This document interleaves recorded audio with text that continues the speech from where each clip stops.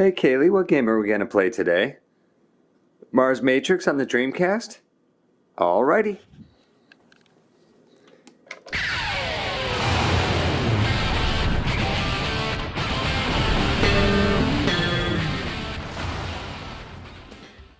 Mars Matrix Hyper Solid Shooting, or just Mars Matrix if you want to be a nasty boy about it, is an interesting vertical shmup developed by Takumi and released in arcades in 2000. The game was published by Capcom and later ported to the Dreamcast in 2001.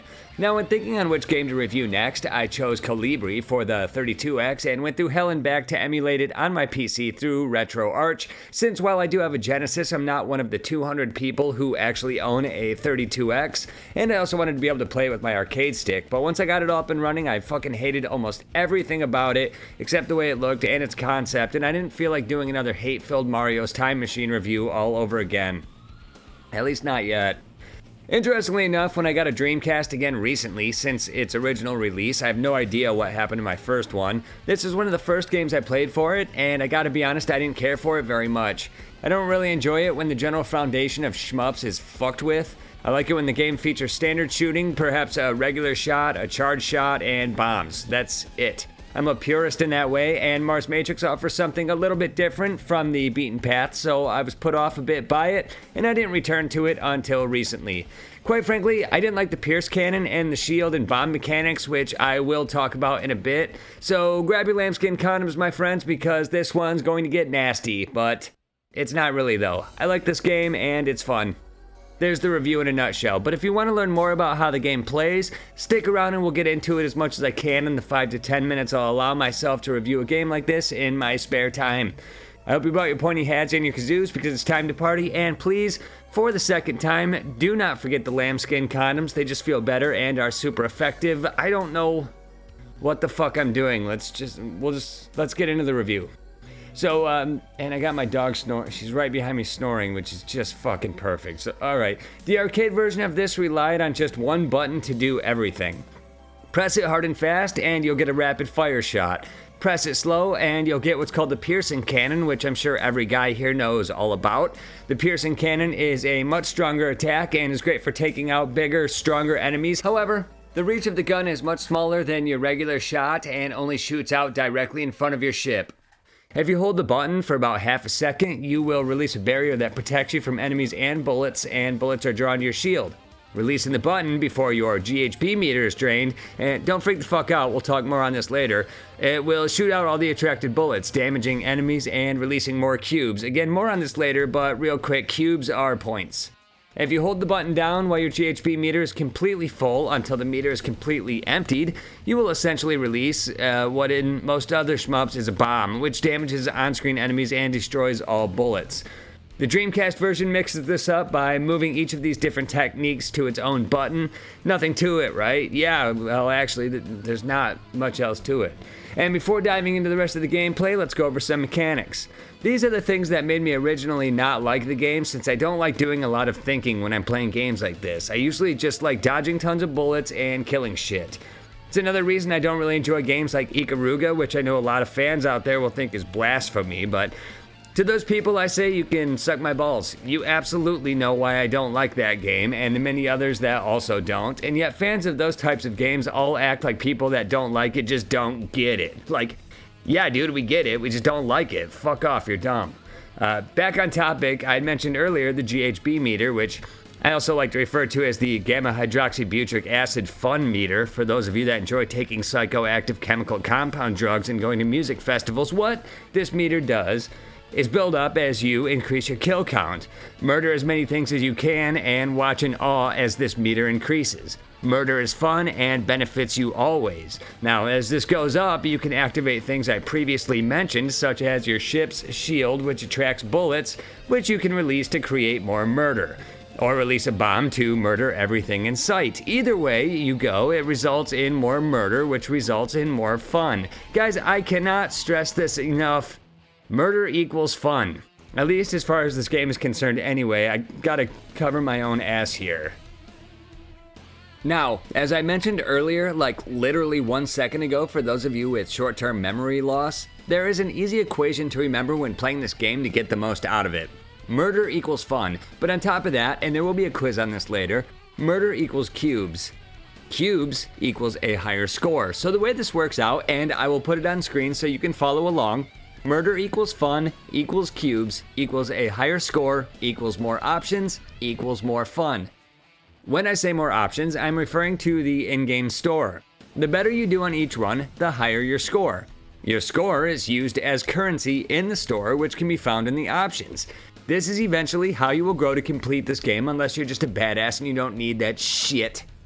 Now, what Capcom did here is actually pretty innovative, and I'm surprised I haven't really seen this before or since this game released because it's a radical idea that I really like for this genre. When starting out the game, you have very few options when it comes to the amount of continues or lives you have. However, when you proceed to do very well after a few attempts, you will be able to visit the shop in the options and make a small but crucial upgrade. You will afford more lives per continue. This will get you even further into the game, and once you get better, or as the elitists say, get good, you will then be able to afford more continues. Once you proceed even further, you'll afford more lives, and so on and so forth. So instead of just letting you choose maximum lives and continues from the start, you actually have to work for them while only getting a fraction of the way through the game. By unlocking more lives and continues, you can obviously get further and further into the game until you can afford to beat it. This is actually a kick-ass concept for this genre, and for a game this difficult, I fucking dig it.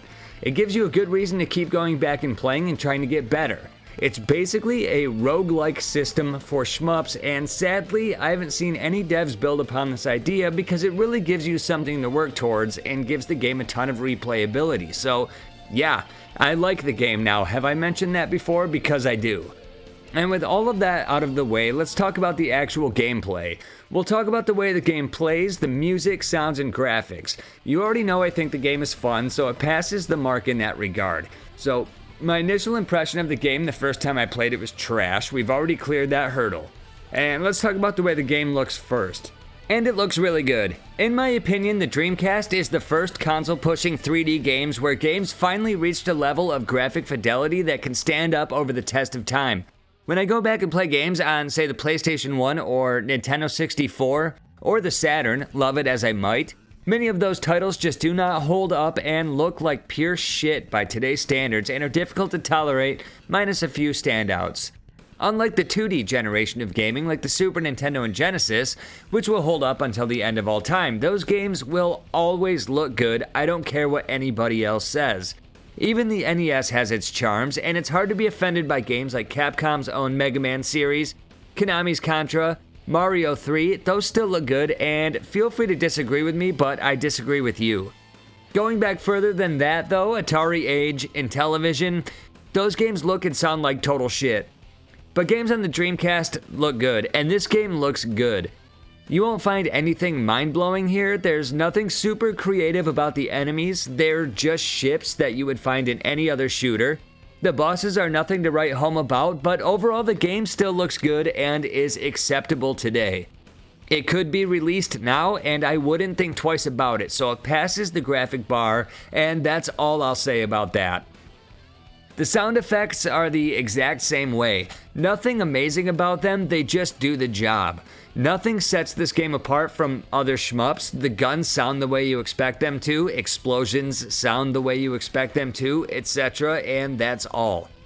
The music is somewhat interesting. I wish I could say more about it, but for some reason or another, this game's music malfunctions and skips on my Dreamcast, and it sounds like pure fucking shit. Now, to be fully transparent, I've got the Terra Onion mode installed on my Dreamcast, so my games are running from an SSD drive, and that probably has something to do with it, but I don't know.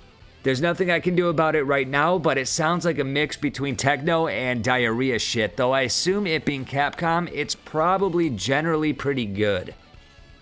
I think the real meat and potatoes of a game like this is how it plays. How are the enemies set up? What are the patterns? And how are the bullet patterns? How do the two ships play that you can choose from? This game is most definitely a bullet hell shooter. Even on easy, this game presents a good challenge, and there are more bullets than there are dudes on the one hot chick that lives in Michigan. I think that's what really makes or breaks a game like this, and yeah, since I've already spoiled the show and told you I think this game is fun, you kinda already know what I'm gonna say, but since you stuck with me this long, I'm gonna say it anyway and give you what you want. Everything plays great. The two ships you choose from, the red or the blue, which is super creative, I know, probably gives you exactly what you expect if you're a fan of this genre. The red ship gives you medium firepower but gives you fast speed, and the blue ship gives you maximum firepower and slow speed. This is so generic, but it works. It's a cliche for a reason in this genre. Both ships control extremely well in this game though, and I gotta say the blue ship isn't even that slow, and their fire pattern isn't exactly crazy different either. The red ship gives you a bit more spread, but the blue ship is a more focused shot and less wide, but obviously does more damage. Even though the blue ship is slower, they are still both pretty speedy and both fun to play with. What most devs struggle with in games like this, aside from Cave, who just has this down to a science, is enemy patterns and bullet patterns, which in my opinion make or break these types of games. Takumi, the developer, whoever they are since I've never heard of them outside of this game, did a really great job here. It is one of the only things that matter in a game like this to keep the flow of the game interesting, and again, they've done a great job. The flow of the game is fluid, and every section of every level has been thoughtfully crafted to make sure you keep moving or you will keep dying. The bullet patterns make sense, and the more you play it, the more they seem reasonable. As I mentioned earlier, there's a few modes of attack that are worth elaborating on. In the Dreamcast version, which is what I'm obviously playing, rapid fire will get you through most of it. However, the piercing cannon is great for when the game will throw bigger, stronger enemies your way, and they usually do it repeatedly in single sections, which makes sense if you know it's coming. You can wipe them out using this cannon instead of regular fire before their bullets get overwhelming. There are also sections that I'm almost positive are designed to make sure you use your shield, absorb all the oncoming bullets, and destroy everything around you. In a lot of games, not using bombs gains you more points. In this game, I feel like using your special powers are actually encouraged, and while I might not have liked that at first, once you get into the groove of the game, it makes sense and becomes second nature. It's kind of nice to not feel like you have to hold back your special powers just for a higher score. Not something I generally even care about in most shooters, though a lot of people do. And in this game, you do actually want to go for a higher score because of the perks you can purchase in the store. But I still try not to use bombs anyway, just because I want to see if I can do it without them. With this game, however, I use the special powers whenever I feel like I need to, and that definitely says something for the design of the game. The developers did a good job with this game, letting the player know when it's time to power up and go nuts. The boss fights can be a little frustrating sometimes though, since there's a moment of invincibility when they introduce themselves, and there's never a clear sign as to when you can start to damage them. But they definitely waste no time shitting out a billion bullets in your direction the second they want to start being active. This can be pretty frustrating because some bosses, even if you know how to kill them, can still get in a cheap kill on you just because you don't know exactly when their cycle will begin. It's hard to explain, but you'll get it if you play it. Aside from that though, the gameplay is beautiful and there's not much really I can complain about here. Everything said though, I had a ton of fun with this game. I played it a lot longer than I thought I would, and when I first decided to revisit it, I kinda thought I might be wasting my time and not wanting to do a review of it. I'm glad I was wrong, and it turned out this game was actually pretty fucking awesome. Think of it this way, back in 2006, I lived in a duplex, and my neighbor upstairs, who was a fully grown adult, knocked on my door and told me his pet hamster escaped into the ductwork of the house. And since it was winter, there was a good chance it would die there, and every time the furnace turned on, I would smell its rotting corpse, which I did. That sucked. Well, this game doesn't suck, and if you have a Dreamcast and like shmups, there's absolutely no reason for you not to check this one out. And that's the end of the video, guys. Thank you for watching this. If you enjoyed the video, please click the like button and hit subscribe. Turn on notifications, and do me a solid, leave a comment if you want to. I will see you guys in the next video.